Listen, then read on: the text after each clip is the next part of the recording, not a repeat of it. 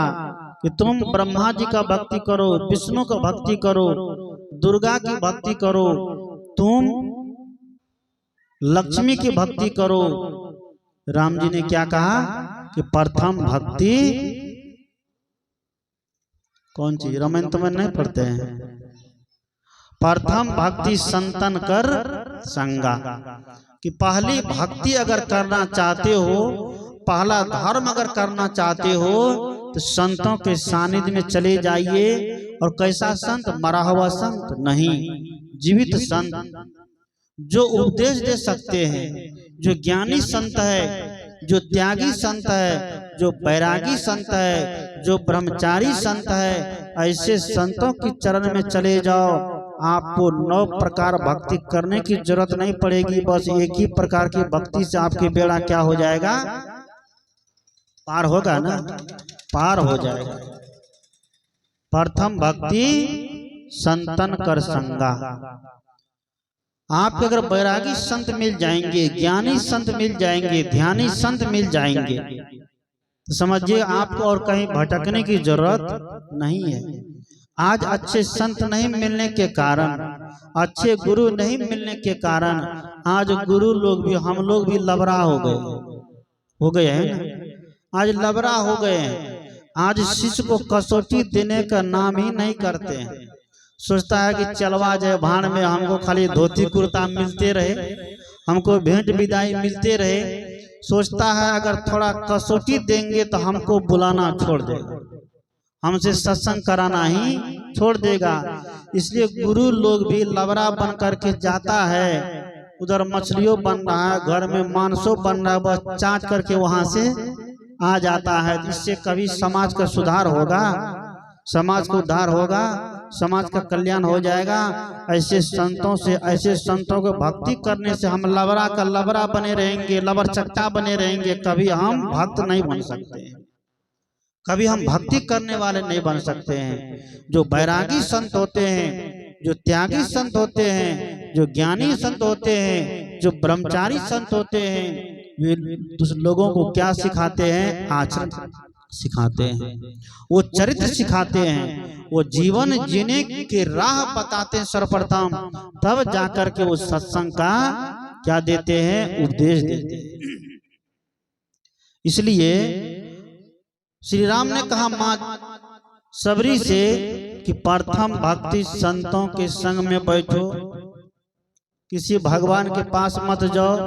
कहा कि भगवान के पास मुक्ति नाम की चीज नहीं है, भगवान के पास मोक्ष नहीं है, भगवान के पास स्वर्ग नहीं है, स्वर्ग भी अल्प समय के लिए उसके पास, स्वर्ग स्वल्प अंत दुख दाई।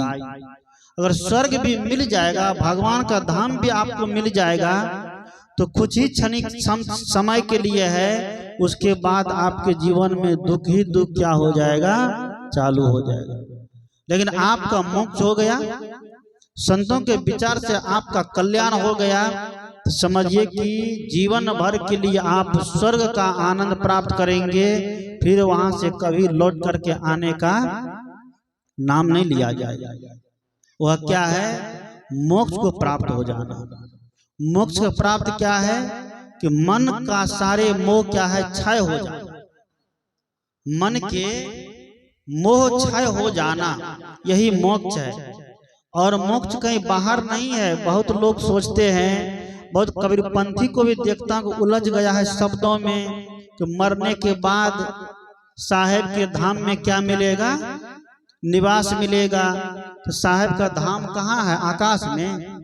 वो साहेब का धाम कहीं आकाश में नहीं है, परमात्मा का धाम कहीं आकाश में नहीं है। वह धाम जीते जी व्यक्ति को अपने जीवन में हासिल करना पड़ता है।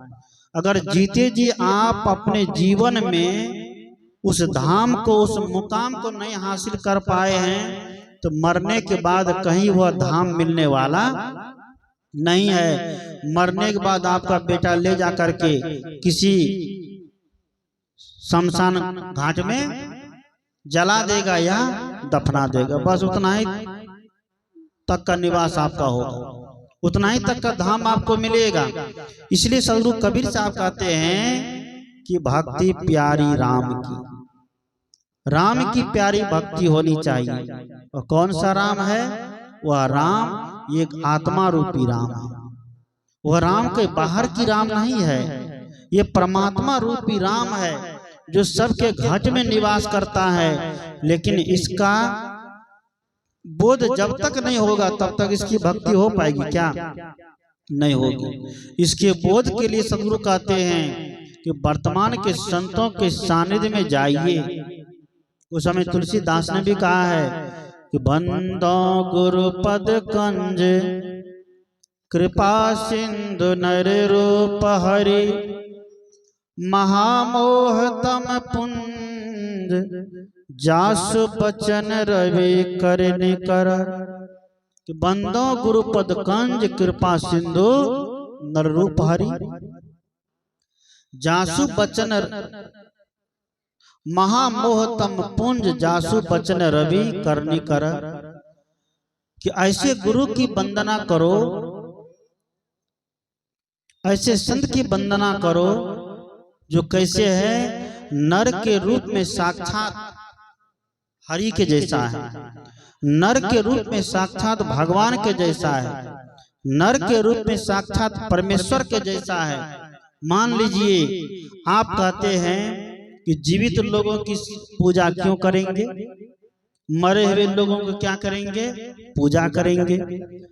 एक उदाहरण समझिए, यहाँ इतने लोग बैठे हैं, कोई बीमार है, मान लीजिए किसी को बुखार लग गया हो, किसी कोई बीमारी पकड़ लिया हो, वह जब जाएगा पूर्णिया हॉस्पिटल में, अब बेचारा बड़ा सीरियस है, इमरजेंसी में है, पूर्णिया हॉस्पिटल में लेकर जाएगा। हॉस्पिटल में एक बहुत बड़े सर्जन डॉक्टर का जो है फोटो लगे हुए हैं, डॉक्टर के फोटो लगे हुए हैं, और वहां का स्टाफ सब कहेगा कि आप ले जाइए उस फोटो के सामने, इसको लेटा दीजिए और धूप अगरबत्ती जला करके, पान प्रसाद चढ़ा करके, और उस डॉक्टर साहब के फोटो के सामने एकदम खूब रोइए, खूब गिड़गिड़ाइए, कहिए कि डॉक्टर साहब इनको सही कर दीजिए। तो क्या हो जाएगा सही? क्यों होगा सही? नहीं होगा सही। क्या होगा? नहीं सही होने वाला है। इलाज करने के लिए जीवित डॉक्टर चाहिए कि मरा हुआ डॉक्टर चाहिए? इलाज करने के लिए जब जिंदा डॉक्टर चाहिए, ये कोटा का राशन उठाने के लिए जिंदा डीलर चाहिए कि मरा हुआ डीलर चाहिए? इंदिरा आवास उठाने के लिए जिंदा चाहिए कि मरा हुआ चाहिए? पंचायती करने के लिए जिंदा सरपंच चाहिए कि मरा हुआ सरपंच चाहिए? नहीं बोल रहे हैं, बोलिए ना। शादी करने के लिए जिंदा दूल्हा दुल्हन चाहिए कि मरा हुआ दूल्हा दुल्हन चाहिए? कैसा चाहिए? जब सब कुछ के लिए जिंदा चाहिए तो भाई भक्ति के लिए मरा हुआ देवता काहे पूछते हैं? भक्ति के लिए मरा हुआ देवता काहे उखाड़ उखाड़ के लाते हैं? सदगुरु कबीर कहते हैं वर्तमान के संत से जुड़ करके ही हम अपने जीवन को क्या करते हैं? निखार सकते हैं, हम अपने जीवन को सुंदर बना सकते हैं। कोई विद्यार्थी पढ़ता है, कोचिंग पढ़ने के लिए जाता है, कोचिंग पढ़ने वाले अगर मास्टर साहब मुर्दा है, क्या वो पढ़ा सकता है? नहीं पढ़ा पाएगा।